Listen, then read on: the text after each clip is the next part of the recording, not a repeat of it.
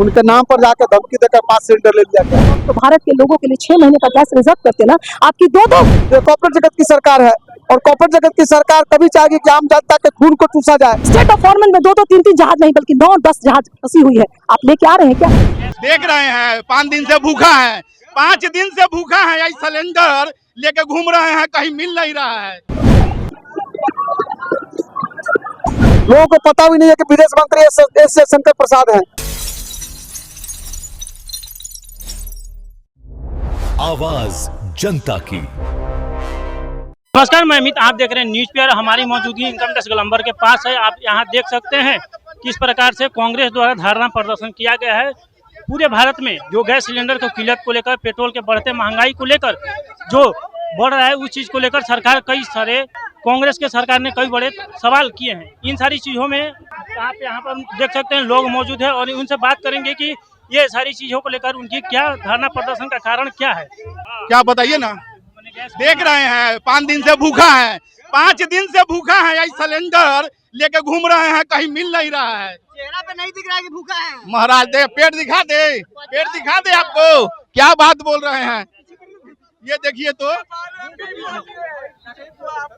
हम जा रहे हैं मोदी जी के पास, राजधानी पकड़ के तो वहीं से सिलेंडर लेंगे। राजधानी में सिलेंडर नहीं जाएगा, नहीं जाएगा, नहीं जाएगा। पैदल जाएंगे, पैदल जाएंगे लेकर मोदी जी के पास। हमको सिलेंडर चाहिए। 5 दिन से खाना नहीं बना है महाराज, और लाइन में लगे हुए हैं। खाए हैं कि नहीं 5 दिन से? क्या खाएंगे, क्या खाएंगे बताइए आप, क्या खाएंगे बताइए। चलिए चलिए चलिए चलिए चलिए, हमको सिलेंडर देना है। चलिए, हाँ? अरे लेंगे, हम अपना सिलेंडर लेंगे, अपने घर में खाना बनाएंगे। कहाँ मिल रहा है दुकान पर? दुकान पर मिल ही नहीं रहा है सिलेंडर। गजब बात है। अरे आप लोग मोदी जी के आदमी हैं, जनता। ए भैया, हमें ज्यादा सिलेंडर ले बेला, हमें ज्यादा सिलेंडर, हमें ज्यादा ले बेदा। बंद हो गया ना महाराज, 4 बजे तक खुला रहता है, 4 बजे तक। सरकार से सवाल कीजिए। गैस की किल्लत को लेकर आप धरना प्रदर्शन कर रहे हैं, क्या गैस मिल नहीं रही है? देखिए, गैस उनको मिल रहा है जो सरकार के मुलाजिम है, जो वर्तमान में विधायक है, मंत्री है, सांसद है। उनके नाम पर बिहार में ही गैस सिलेंडर उठा लिया गया। सम्राट चौधरी जी माननीय राज्य गृह मंत्री हैं, उनके नाम पर जाकर धमकी देकर 5 सिलेंडर ले लिया गया। आम लोगों से सिलेंडर दूर हो गया है। रसोई गैस सिलेंडर की किल्लत इतनी ज्यादा है कि हमारी 2014 की पहले सरकार थी, 450 गैस सिलेंडर का दाम छोड़ा गया था।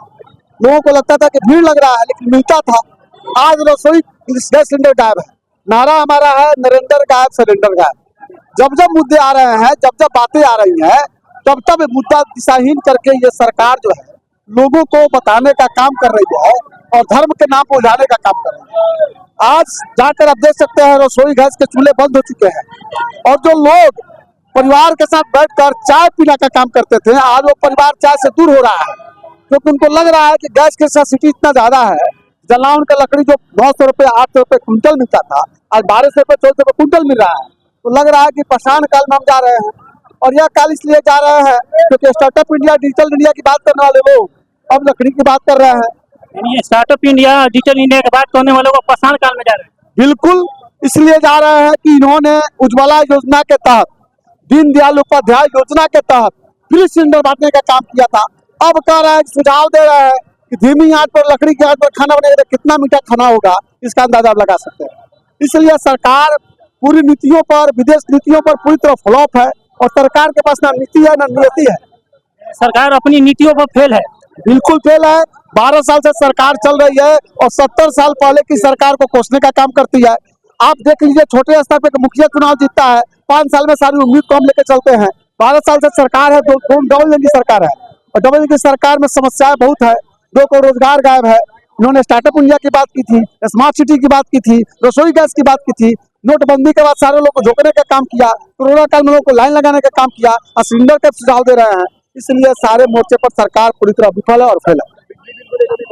बिजली बिल जो है, इन्होंने कहा था चुनाव के वक्त 10,000 रुपया दिया प्रति परिवार और 125 यूनिट फ्री किया।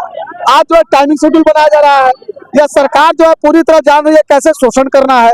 भाजपा की सरकार अगर आ जाती है, भाजपा के मुख्यमंत्री आ जाते हैं, तो कॉर्पोरेट जगत की सरकार है और कॉर्पोरेट जगत की सरकार कभी चाहेगी कि आम जनता के खून को चूसा जाए और खून को चूस कर उनको आगे बढ़ाने का काम किया जाए। इसलिए यह सरकार पूरी तरह अडानी और अंबानी की सरकार है। दो क्रेता और दो विक्रेता हैं। अमित शाह और नरेंद्र मोदी बेचते हैं, अडानी और अंबानी खरीदते हैं। यानी ये सरकार क्रेता और विक्रेता की सरकार है। बिल्कुल क्रेता और विक्रेता की सरकार है। वर्तमान के प्रधानमंत्री जी जो भी अडानी पोर्ट से आदेश मिलता है, अडानी के घर से आदेश मिलता है, उसको सर आंखों पर लेकर विदेश यात्रा पर चले जाते हैं।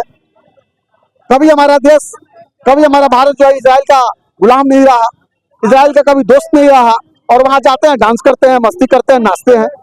आज स्टीफन फाइल्स में नाम है, मुद्दों को भटका रहे हैं। यानी सरकार अपनी विदेश नीतियों में फेल हो चुकी है पूरी तरह। बिल्कुल फेल है। एस जयशंकर का नाम पूछ सकते हैं कि विदेश मंत्री हो है कौन? लोग कहेगा नरेंद्र मोदी विदेश मंत्री है, क्योंकि एस जयशंकर का नाम तो धुंधला हो चुका है। लोगों को पता भी नहीं है कि विदेश मंत्री एस जयशंकर प्रसाद है। और सबसे ज्यादा विदेश टूर देखिएगा तो मोदी जी का होता है, और नीति कुछ नहीं है। इसलिए पूरे मोर्चे पर मोदी जी विफल हैं। इस्तीफा मांग रही हैं, क्या है? मुझे ऐसा लगता है कि अगर सच में मोदी जी जो है इस देश में प्रधानमंत्री बनने लायक नहीं, बिल्कुल नहीं। किसी भी सत्ता पक्ष के जवाब का आप देखते हैं कि संसद में वो रहते हैं, कभी नहीं रहते। संसद किसी चीज में हमारे साथ जो विपक्ष के लोग हैं वो डिमांड करते हैं कि आप इस पे बयान दे, बयान नहीं देते। अमेरिका के दबाव उनको चू तक नहीं निकलता। जो भारत अपने आप को अब विश्व गुरु कहने का दाम खेलता है, सबसे पहले घुटने के तरह से किसी भी हम जब आजाद हुए थे ना, तब हमारे पास क्या था? कुछ भी तो नहीं था। लेकिन नेहरू को लोग सुना करते थे, इंदिरा को लोग सुना करते थे। आज किसी दबाव में कितने दिन बाद, जब ये गलत है ना कि किसी अगर मान लो कि आउतुल्ला गलत था, तो वहां के लोग उसको चेंज करेंगे ना। तो अमेरिका और इजराइल कौन होता है कि वहां के देश के सत्ता पे आसीन करने के, उसको मारने के लिए? क्या करता है संयुक्त राष्ट्र संघ?